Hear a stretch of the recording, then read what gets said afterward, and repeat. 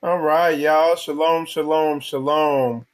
We got a good show for you today. We are talking about the change blockers. So, distractions, pitfalls, deception.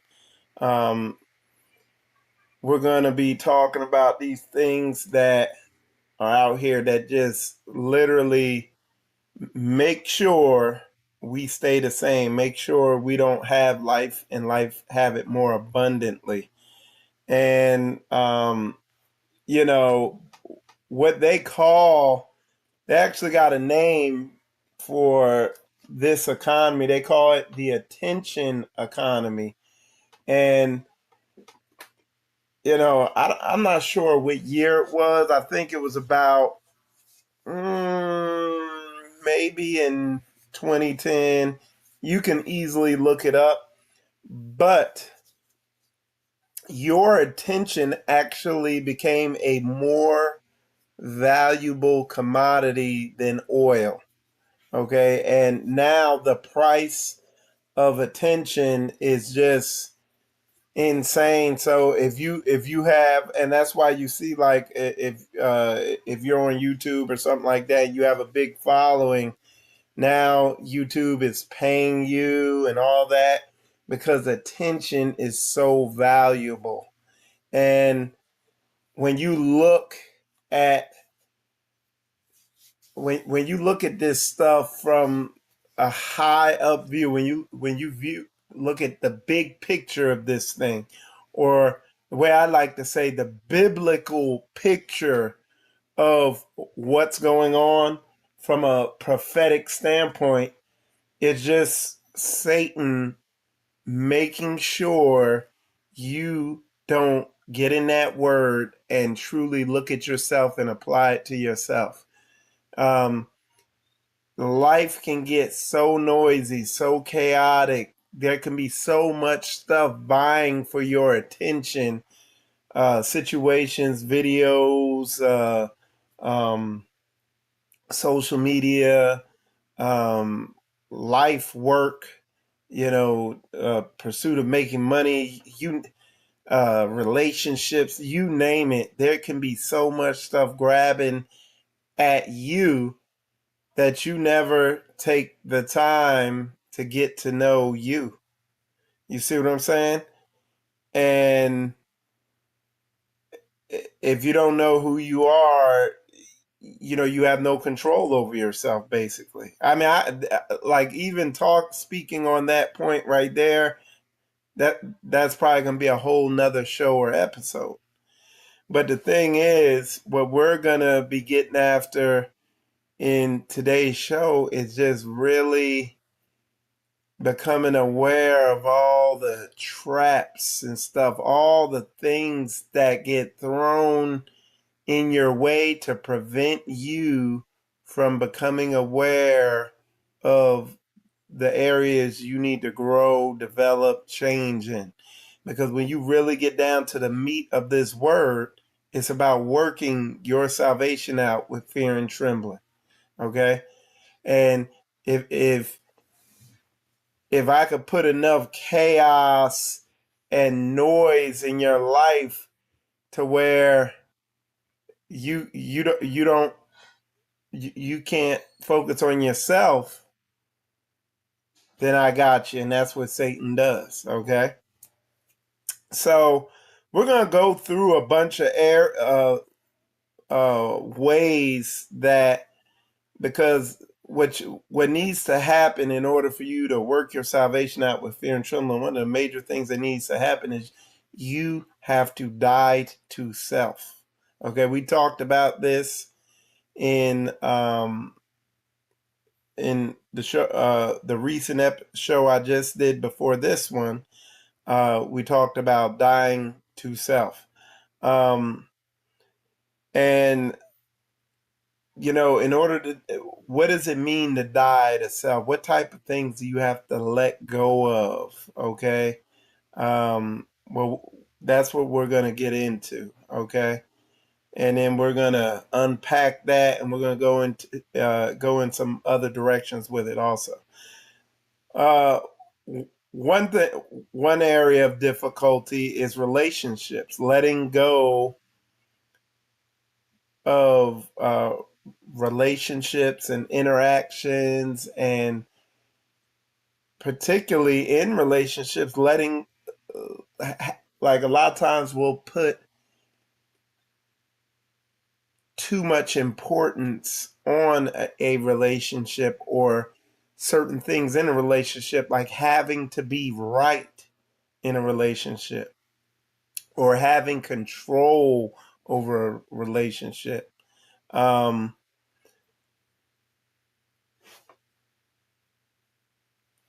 Another area is pride. Pride is a big one. Um, letting go of pride, that ties into relationships, having to uh, be right in a relationship, all that stuff like that. Being able to resolve conflict in a relationship requires dying to self, not just be like, you know what, I'm gonna just let them be right, or you know what, I'm not fighting this one here. I'm just let this one go. Okay, that's a big part.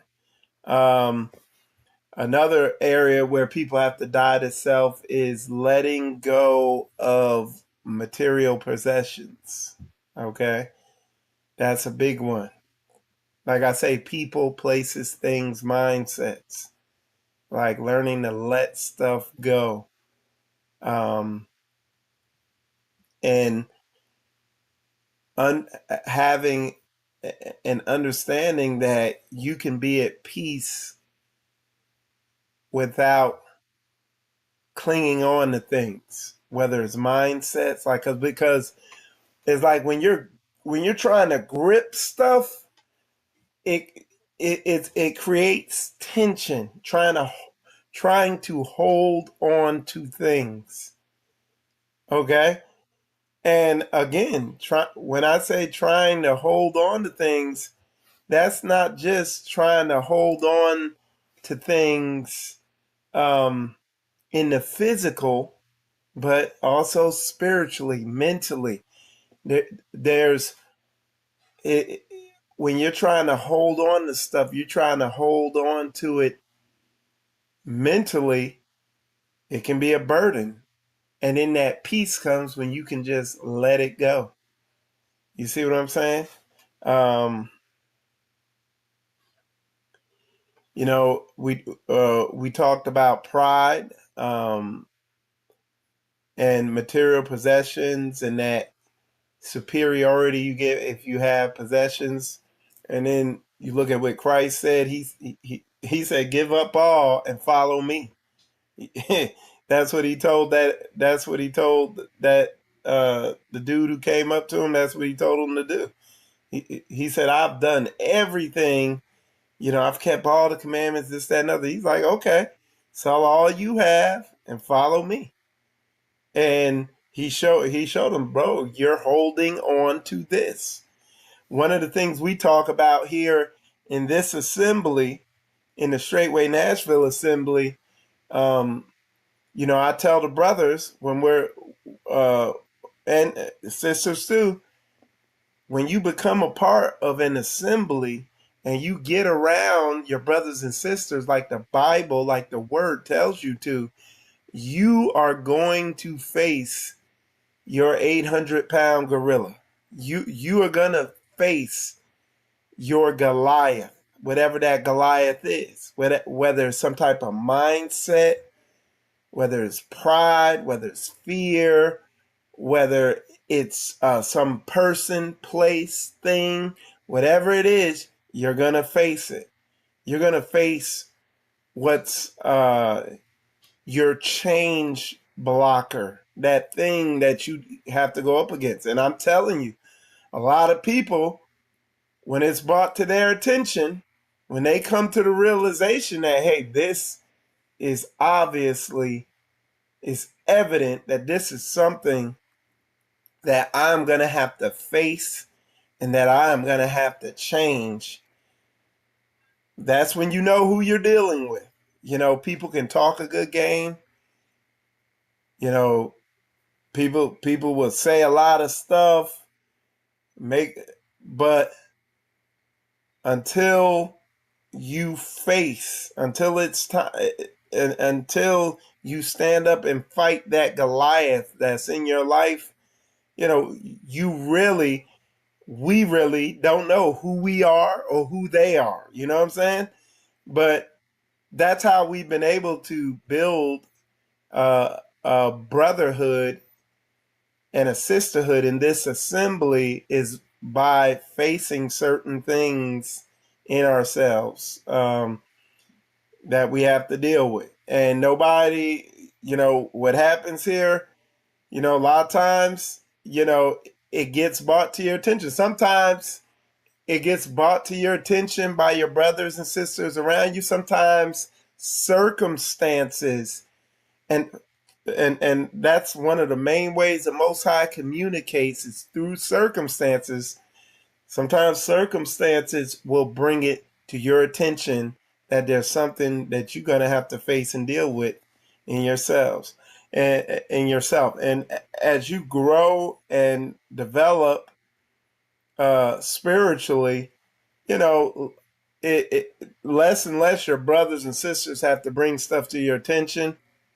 As you truly embark on growing and developing and changing, you, through wisdom and discernment, you will see areas where you need to work on yourself, where you need to grow and develop and fight that Goliath in yourself. Okay? As you develop humility, as you develop,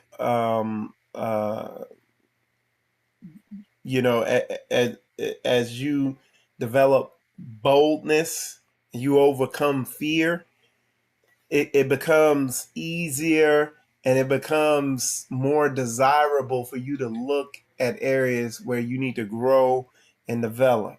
And I'm speaking from experience, because it's like, even me, I could tell you, just in the last 2 days, I've seen a lot of areas I need to grow and develop. You know what I'm saying? And as you mature more spiritually, you have a desire to grow and develop, so that you can have life and have it more abundantly and truly experience what the word is saying you can experience. You know what I'm saying?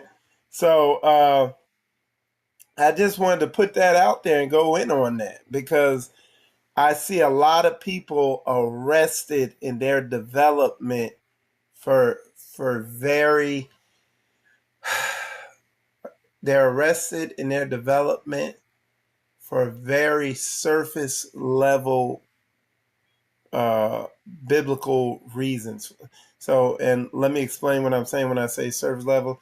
For stuff that is very surface level, when you read the word, this is basic stuff. And I watch people wrestle with this stuff. I watch people hide from it and not face areas, make excuses for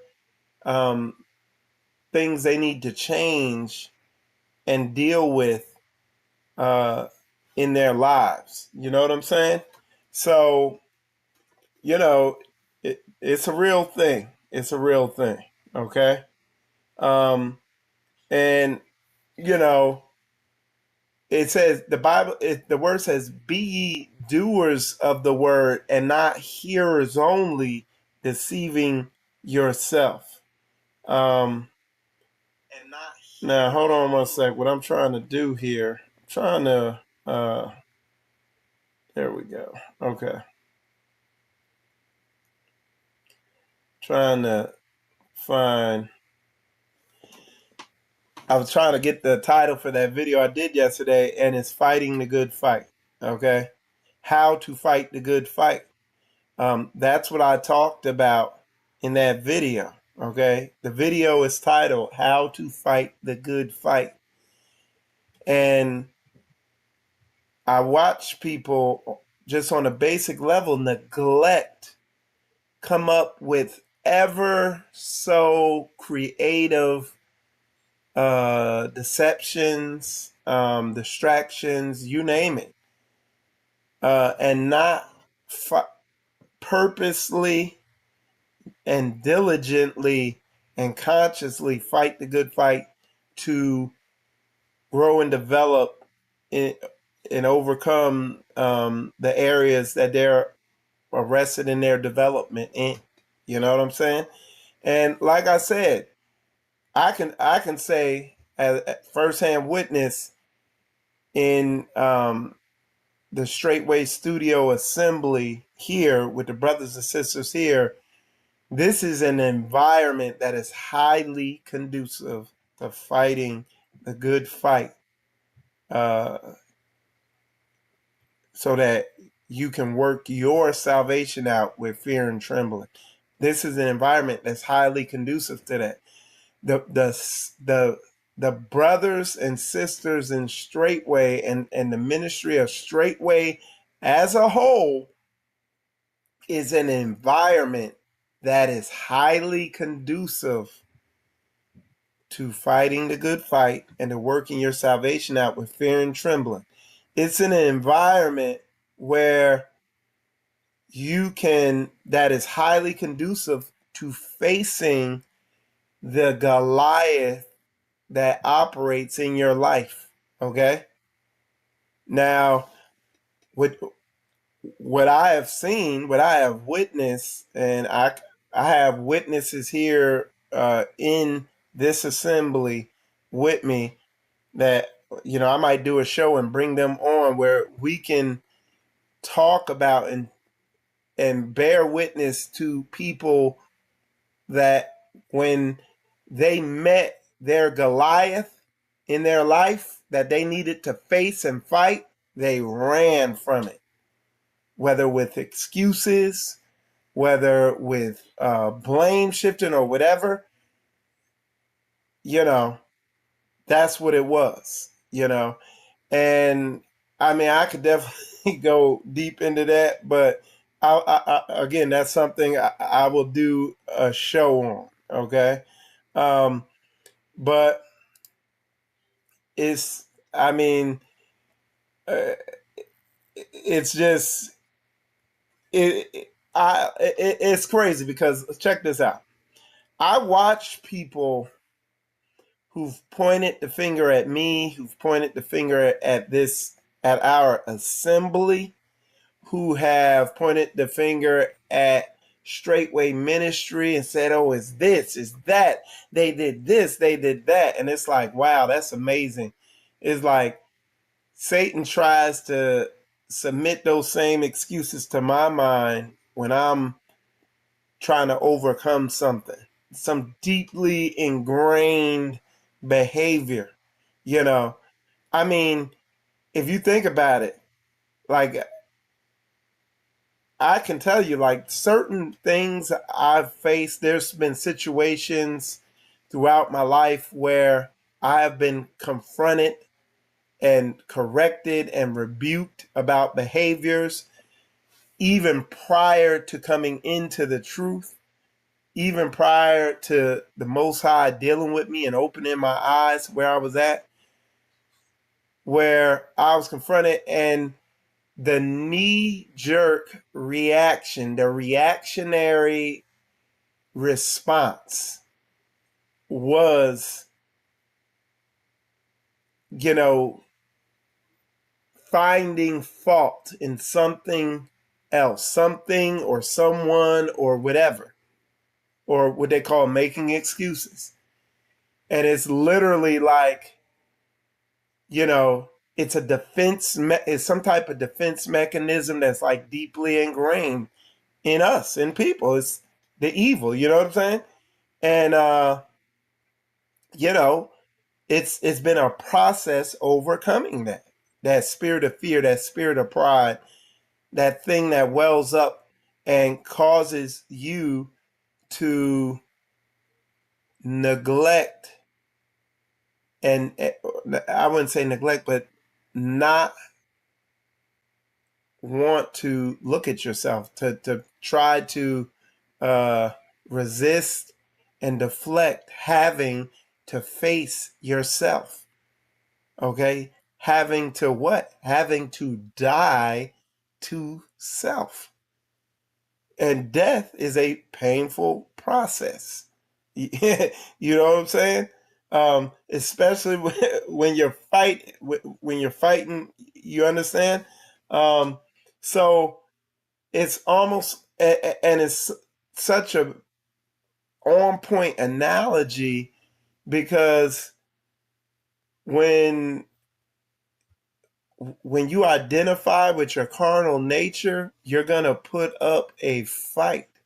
Like when you identify with that, and but however, when you acknowledge the evil and the wickedness of your carnal nature, when you truly get into this word, when you truly read the book of Proverbs or the book of Sirach, Ecclesiasticus, and you truly look at yourself, when you read that word and you're not looking outward, you're looking at yourself and applying that and like, is this me? Is this me? As you read through the book of Proverbs, as you read through the book of Sirach, when you read through those books and you look at yourself when you're reading them, then you begin to see what must die.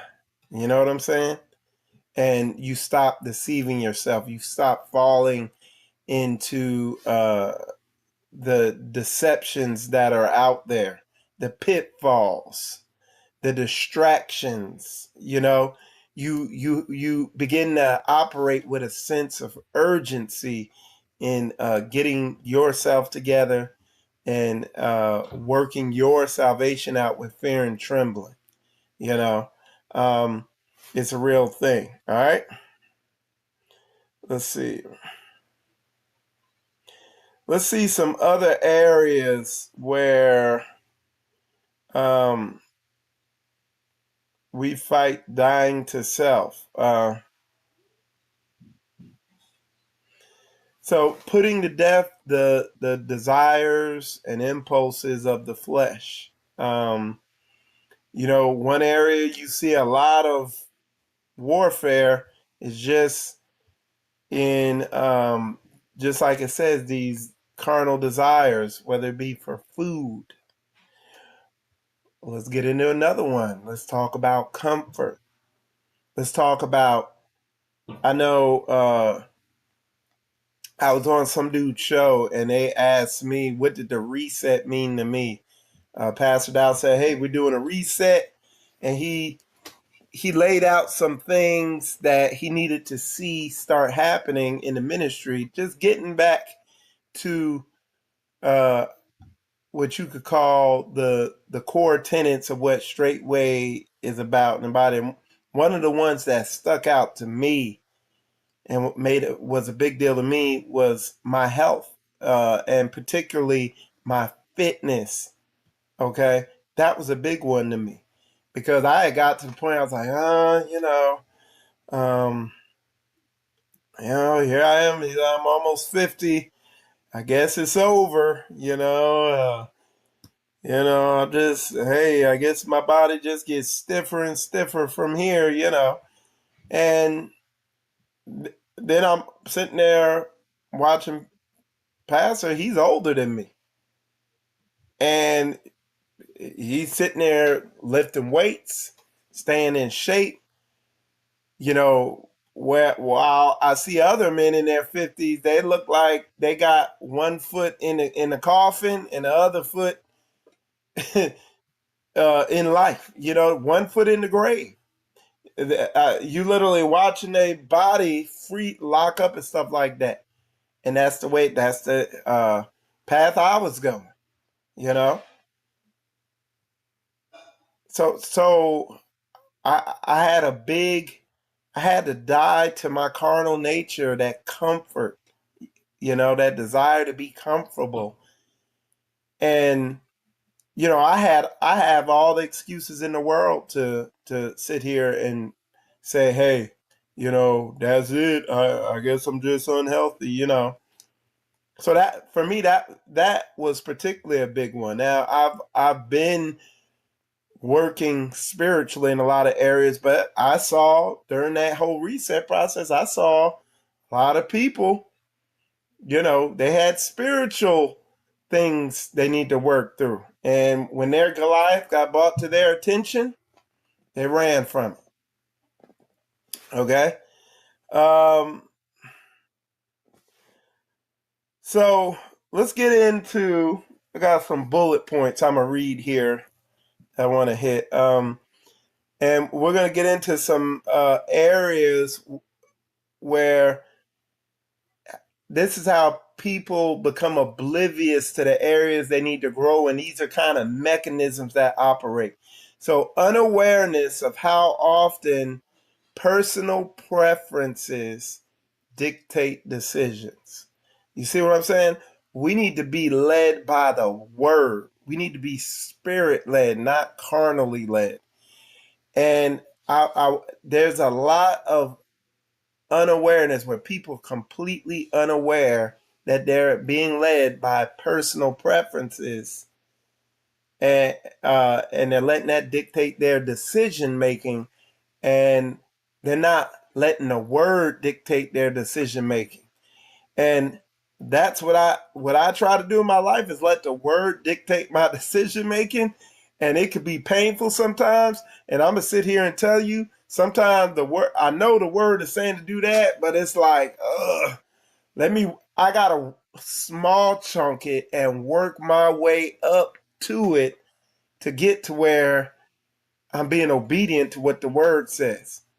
And I'm telling you, it can be painful becoming aware. Let me say this again, because this is probably the nucleus of this lesson I'm doing right here.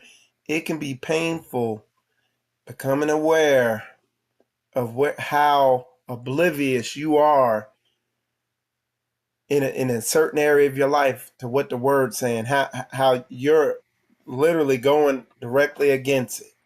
And the thing you're going to do initially is kick. It's going to be like your knee-jerk response. You're going to kick against it, okay? You're going to kick against where you off at and try to defend your carnal nature. A lot of times that's what happens.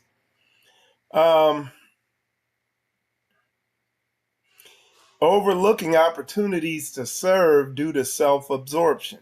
Okay, so you so self-absorbed that, and you so self-focused, and you so about yourself that you're oblivious. You overlook where you supposed to, like, one of the things that we talk about here in this assembly is not about what the assembly can do for you. It's about what you can do for the assembly.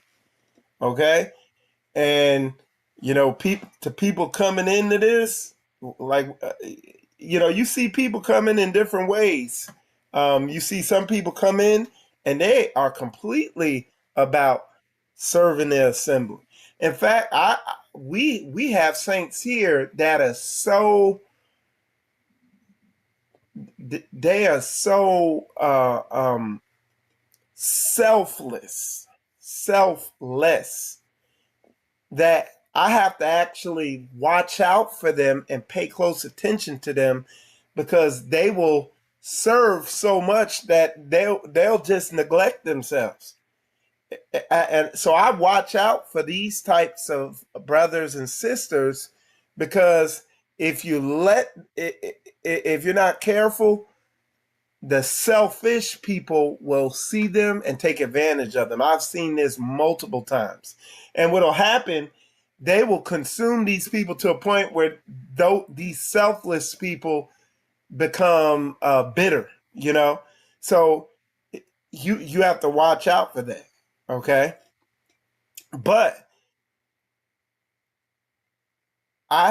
what we're talking about is the type of people who they're overlooking opportunities to serve due to being self-absorbed. And this is something that people need to look for in themselves. What are you overlooking? Okay. Here go another one. Okay. And again, what we're talking about, okay, is um, distractions, pitfalls, and deceptions that block change. Okay. We call them change blockers. Here's another change blocker: resistance to feedback that challenges one's self image.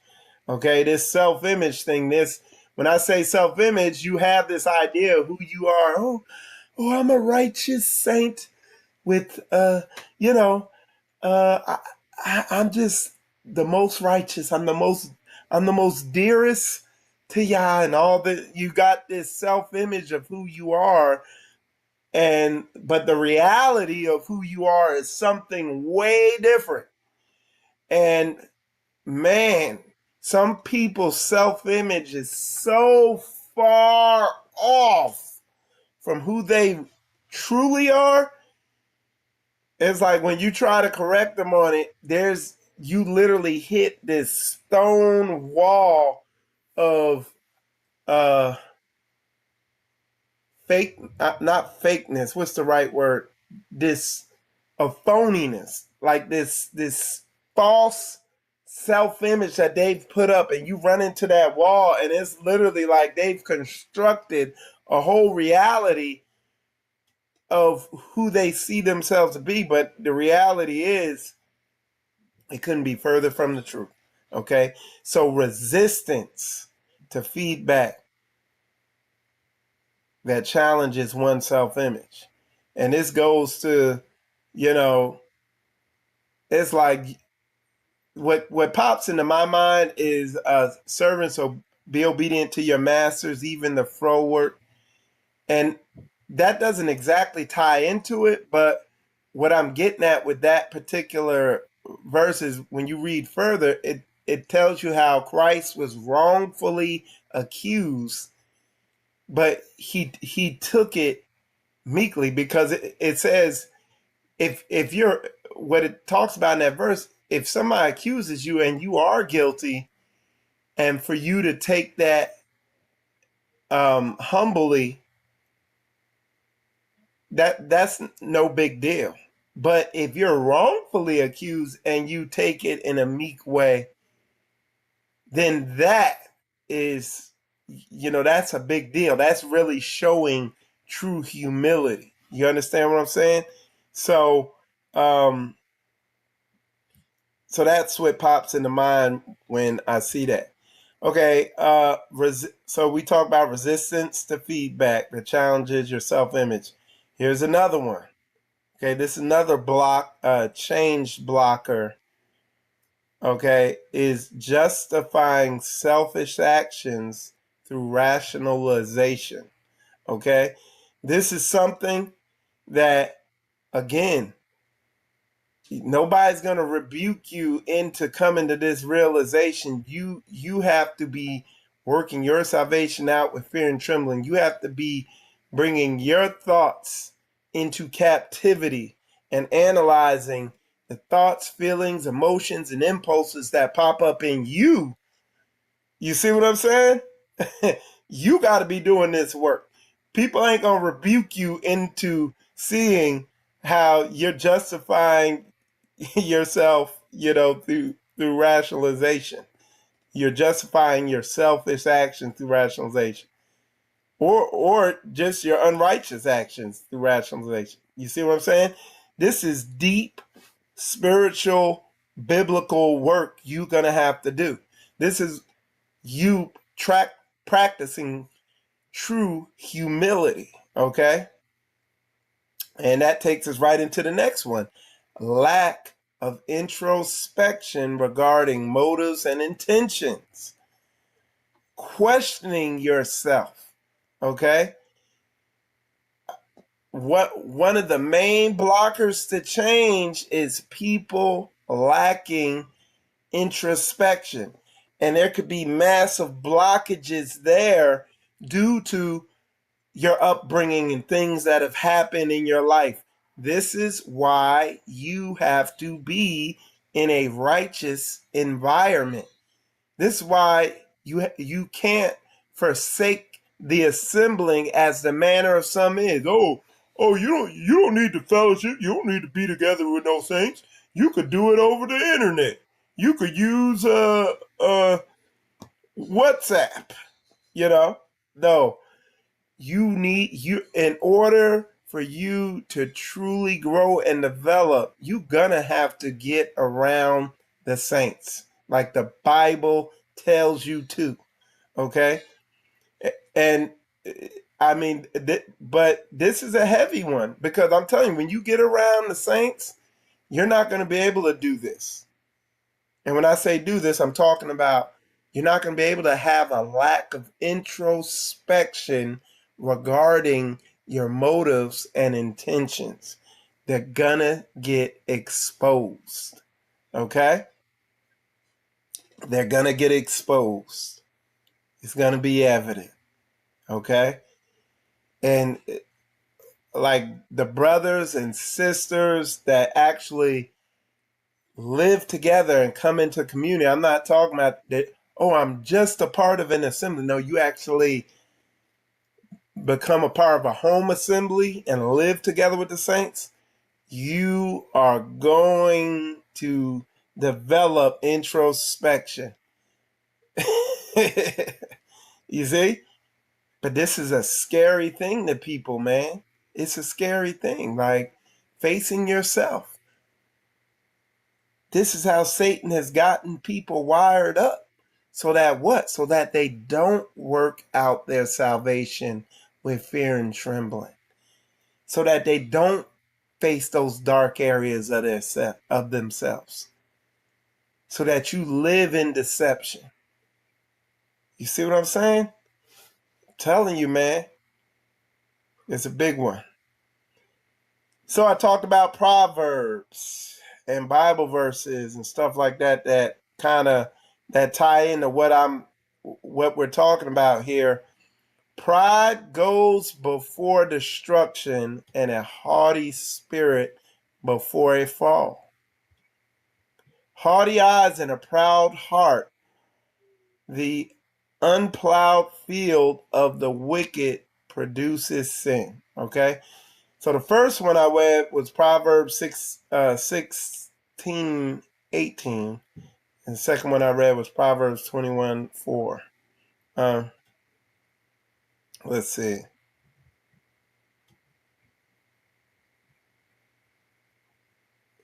All right, so let's see what else we got here. So, you know, let's get down, let's go even deeper and really put our finger on like and it's gonna happen, y'all. Everybody has this. Okay? You're gonna have this response to these dark areas when they depending on, and you don't have to dive into it. You go in little by little so it's not such a shock. But what I wrote here is initial discomfort and shock at recognizing previously unseen patterns. There is going to be an initial shock and discomfort, like what I was talking about earlier, that knee-jerk response to realizing that, you are off. This is your issue.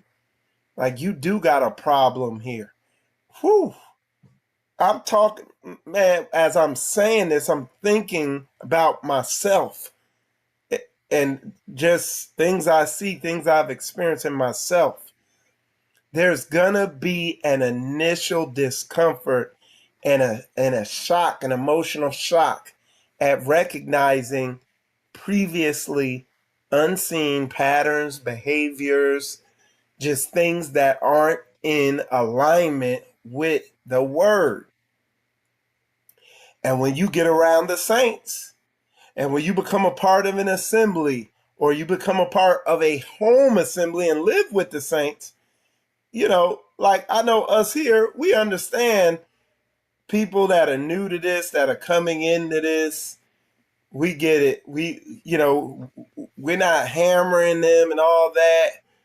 hardcore on stuff because we know initially, hey, there's a, you know, you gotta go easy on people. You know what I'm saying? Have mercy, patience, all that stuff. Things I'm working on developing. You know what I'm saying? But if you've been here for years, and you've been around the Saints for years, and you're still wrestling with this thing, man, this is heavy because this is where the spirit of fear resides at, right around that initial discomfort and that shock that comes in realizing that comes with, when you're getting rebuked or when you come to realization that you're off, that there's things you need to work on. Okay? So we get it. Okay, let me see. And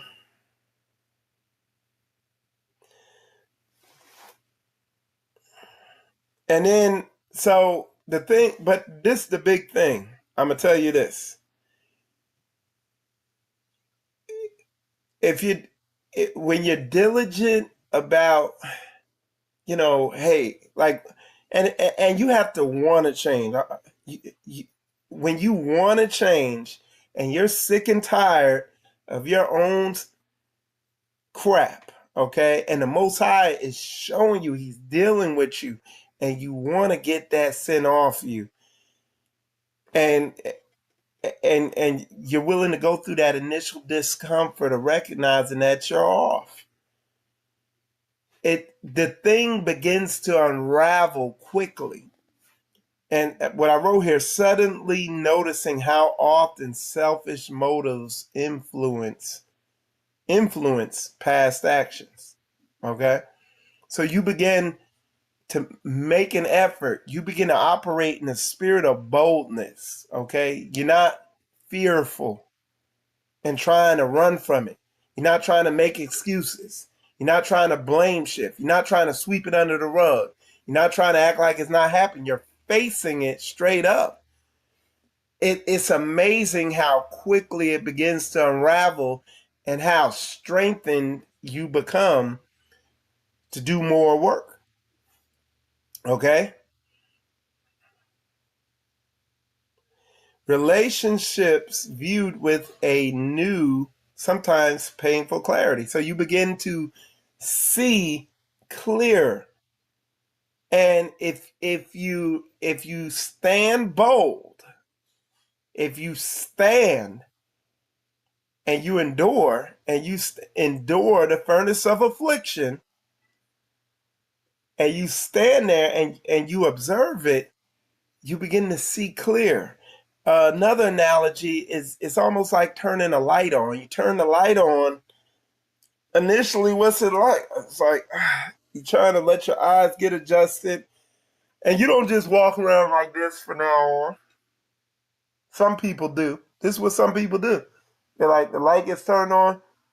Turn the light off. Turn the light off. It's hurt my eyes.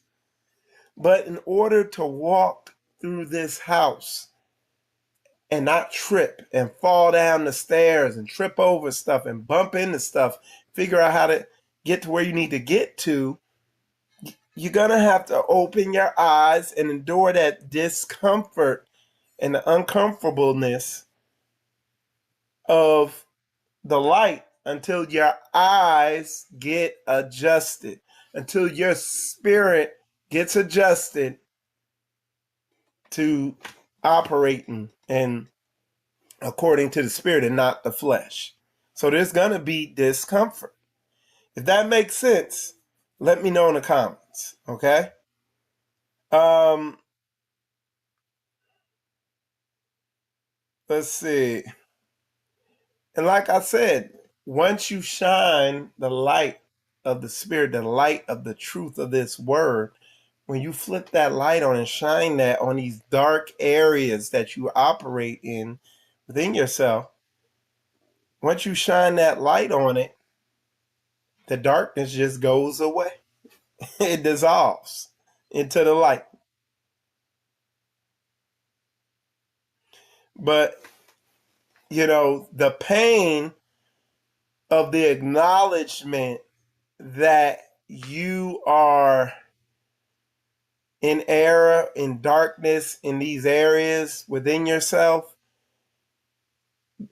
the pain and impact of that is directly proportional to the amount of pride you're operating in, or the amount of fear and pride you're operating in. And a lot of times they're interchange, or whatever the word you want to use on that is. Okay. So hopefully that's making sense.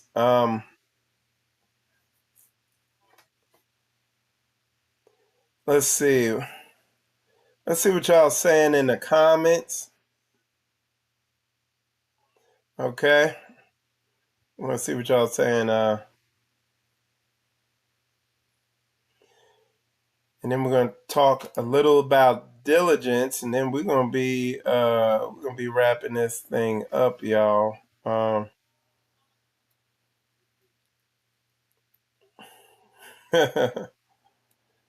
Okay. Now check this out. Okay. Um, y'all say, y'all, you cooking, Mike? We're gonna hit them comments here in a minute. So effort. Mm, I think I'm gonna do. We're gonna do a show on effort, because effort is highly underestimated. Like the analogy I give, when Yah put His Spirit in me, and I realized, you know, that I was a sinner, and He opened my eyes up, and I saw the sin I was operating in different areas of my life. The analogy I give is, it was like a tarantula was on my back, and somebody told me there's a tarantula on your back, and you like, man, I'm getting that thing off. Like, you want it off like that. Some people walk around, they're like, hey, there's a tarantula on your back, and they're like, yeah, that's my pet tarantula. It's furry and I pet it, you know. But that's how bad I wanted that sin off me. You gotta want it. You gotta get sick and tired of these issues you're having in this particular area of your life, whatever that particular area is. And you gotta want to get it right. You gotta know that you could get it right. You gotta have faith that the Most High is faithful and just. And if you want to get this dark area of your life lit up and brought into the light, you gotta know that's a faithful and just prayer. He's gonna do it, but you're gonna have to put the effort in. And that's why I always quote that verse, Joshua 1. Be strong and of good courage. You know what I'm saying? You have to be strong and of good courage. You have to be strong and you have to be courageous. You can't be soft on this thing. You got to fight. It's warfare. You are going to have to put forth effort. The Most High provides the tools. He provides the prayer. He provides the fasting. He provides the supplication. This is earnestly and desperately begging and humbly begging Yah and wanting this thing to change. He provides the Spirit. Okay? He provides the support structure, your brothers and sisters. Okay? But these are all tools. I watch a lot of people misconstrue the tool for the solution. They act like the tool the tool is a tool to help you achieve the goal or the mission, to complete the mission. Okay? But a military analogy, going through basic training isn't accomplishing the mission. Now I got to give an Air Force analogy. Okay? The mission was to go, like the first mission I went on with the Air Force was deploying to the Middle East to provide aircraft to support the bombing and what the mission over there that they were doing.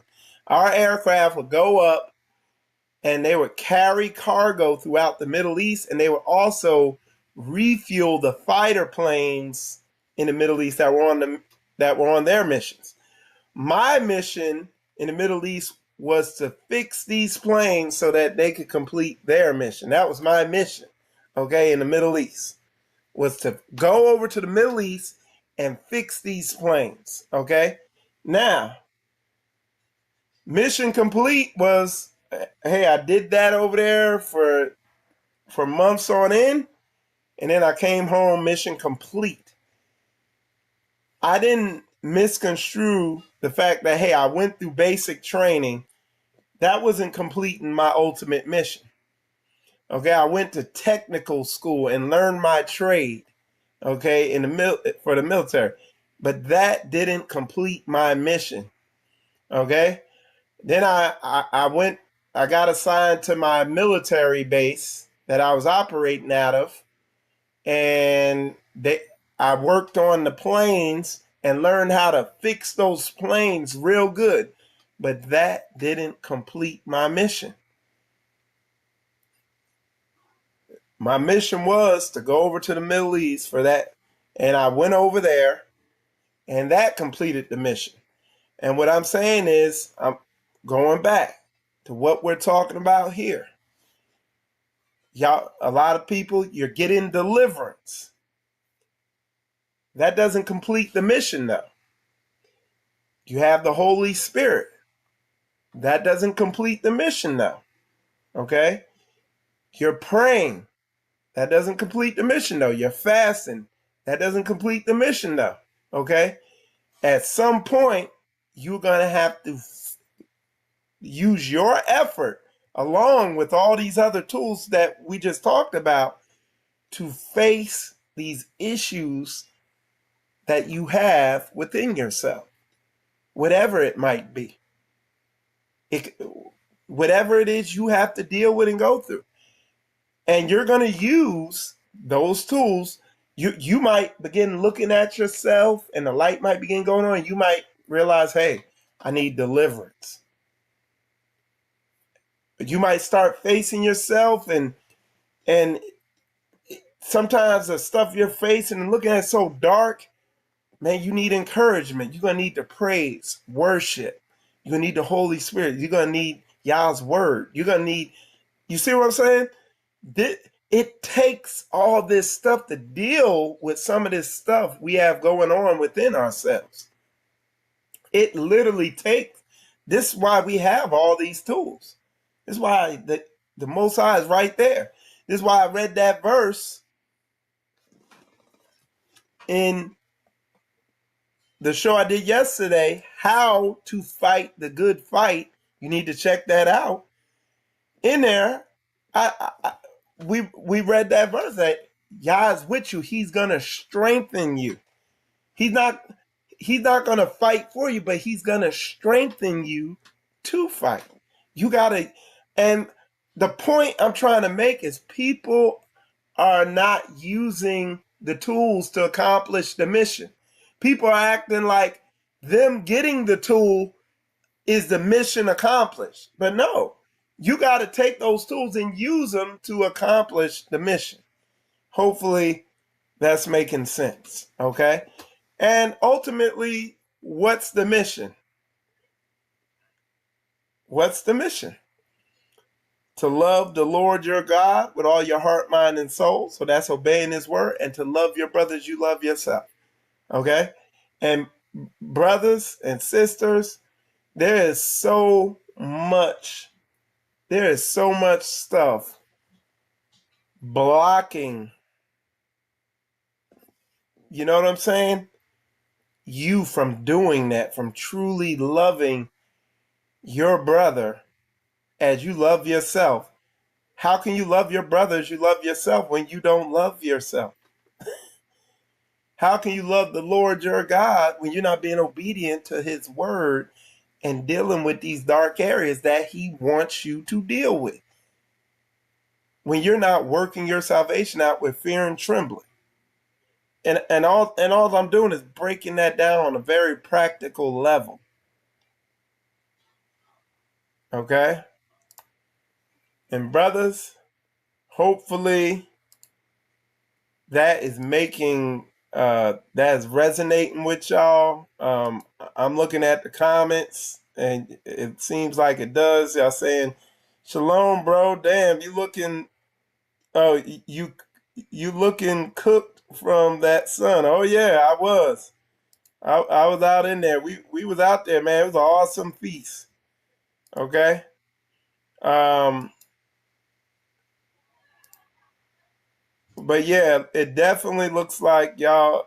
It says, "Let him cook, Mike. Great wisdom you given. May y'all continue to prosper you and your house. Hallelujah." And that's bro Marlon out there. All right.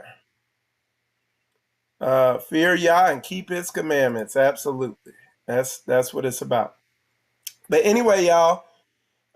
That's what I wanted to bring out. Definitely go and check out the video I did before this, How to Fight the Good Fight. Okay. Where we go in and we get, granular about how to overcome uh, these dark areas that bind us, hold us back, whatever, how we get sin out of our lives, how we live righteously, and so that we could have life and have it more abundantly. Okay. But anyway, with that said, I'm Michael Israel. You're watching Spiritual Combat. Shalom, shalom.